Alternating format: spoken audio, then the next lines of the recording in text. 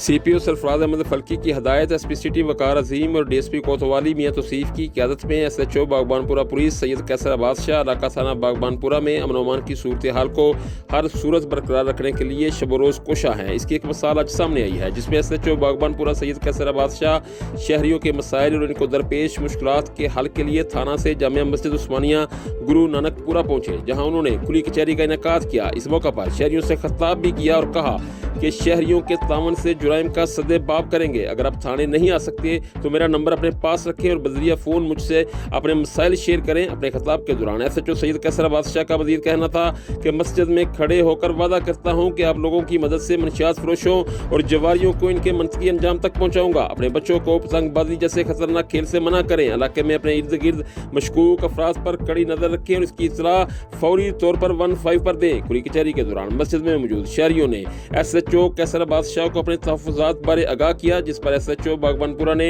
इनके साथ अपने भरपूर तावन की यकीन दहानी करवाई। मस्जिद में खुली कचहरी के इनेकाद के बाद SHO सैयद कैसर अब्बास शाह ने गुरु नानकपुरा बाजार का दौरा किया और दुकानदारों से भी मुलाकातें की। इनके मसाइल को पूरी तवज्जो और पूरी दिलचस्पी के साथ सुना और इनके हल की यकीन दहानी करवाई। बाद SHO बागबानपुरा ने कैंप नंबर 2 का भी दौरा किया और कैंप के रहायशियों से भी मुलाकातें की और इनको जुराइम खसूसन मनशियात फरोशी से बास रहने की तलकीन की। इस मौका पर कैंप नंबर 2 के रहायशियों ने इनको यकीन दिलाया कि वो इलाके में अमन और अमान को बरकरार रखने में इनके साथ हैं। इस मौका पर पाकिस्तान तहरीक इंसाफ के रहनुमा समाजी शख्सियत इंजीनियर मलक शहबाज भी SHO बागबानपुरा के हमरा रहे।